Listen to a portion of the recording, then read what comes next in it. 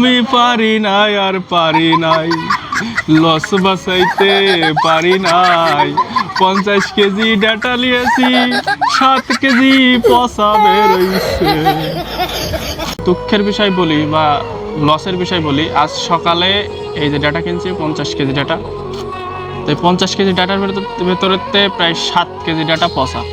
দোকানে আসার পরে দেখলাম যে 7 কেজি ডাটা পচা।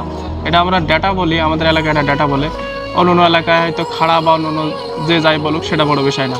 তা বিষয়টা হলো, মেন বিষয়টা হলো এই যে 50 কেজি কিনলাম, এতে প্রায় 7 কেজি ডাটা নষ্ট।